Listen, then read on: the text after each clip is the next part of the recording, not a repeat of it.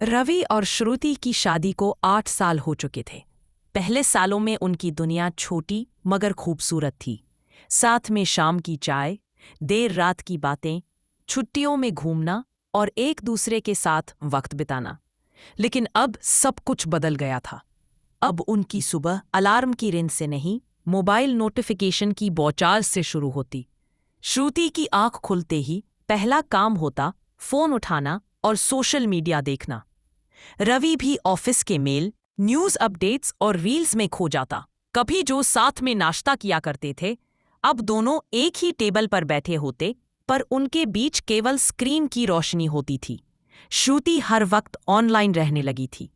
वो दूसरों की तस्वीरें देखती, उनकी यात्राओं पर ईर्ष्या करती और खुद की तस्वीरों को बार बार एडिट करके पोस्ट करती। उसे लगता था कि उसकी जिंदगी भी उतनी ही चमकदार दिखनी चाहिए जितनी किसी और की दिखती है। वहीं रवि अपने काम में व्यस्त रहते हुए सोशल मीडिया को तनाव से राहत का जरिया मानता। वो कहता, दिमाग थोड़ा रिलैक्स हो जाता है इससे। पर असलियत यह थी कि इसी थोड़े टाइम ने उसके और श्रुति के बीच की दूरी बढ़ा दी थी। उनकी बेटी सिया अब 8 साल की हो चुकी थी। पहले तो कहानियां सुनकर सोती थी, अब यूट्यूब पर वीडियो देखकर। कुछ समय पहले तक वो पापा से सवाल करती, मम्मी को स्कूल की बातें बताती, पर अब वो भी समझ गई थी, बात करने से पहले सामने वाले के हाथ में फोन से नजरें उठनी जरूरी हैं।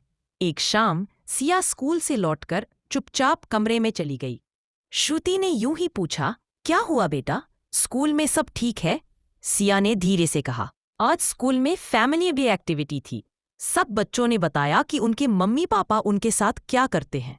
मैंने कुछ नहीं कहा क्योंकि आप दोनों तो हमेशा फोन में रहते हो। वो शब्द निवाले की तरह श्रुति के गले में अटक गए। रवि भी सामने खड़ा था, बिना कुछ कहे।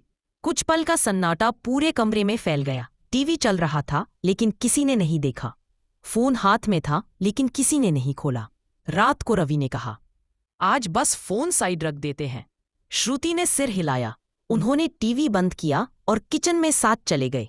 सिया भी मुस्कुराते हुए बोली, आज मैं भी खाना बनाऊंगी। आटे में खेलते खेलते सिया के गाल सफेद हो गए। वह हंस रही थी और उसकी हंसी पूरे घर में गूंज रही थी। उस रात तीनों ने डाइनिंग टेबल पर बिना फोन छुए एक साथ खाना खाया। कई दिनों बाद उन्होंने सच में बातें की। कैसी चल रही है जिंदगी? क्या बचपन की चीजें अब याद आती है? और क्या हर लाइक सच में खुशी लाता है या सिर्फ कुछ पलों की चमक देता है? धीरे धीरे यह एक आदत बन गई। हर दिन 1 घंटा नो स्क्रीन टाइम का।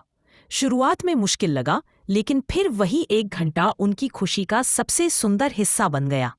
रवि ने महसूस किया कि अब ऑफिस से लौटकर वो काम के तनाव की जगह बातचीत और हंसी लेकर आता है।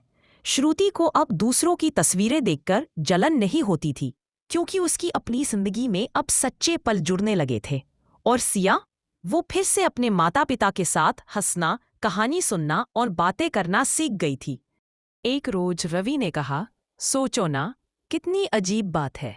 जब हमारे पास इंटरनेट नहीं था, तब हम एक दूसरे से जितना जुड़ते थे उतना अब नहीं जुड़ पाते, जबकि अब हम हर जगह कनेक्टेड हैं। श्रुति मुस्कुराई। हाँ, असली कनेक्शन तो स्क्रीन के उस पार है, दिल से दिल तक। उनकी जिंदगी अब परफेक्ट नहीं थी, पर असली थी, और शायद वही काफी था।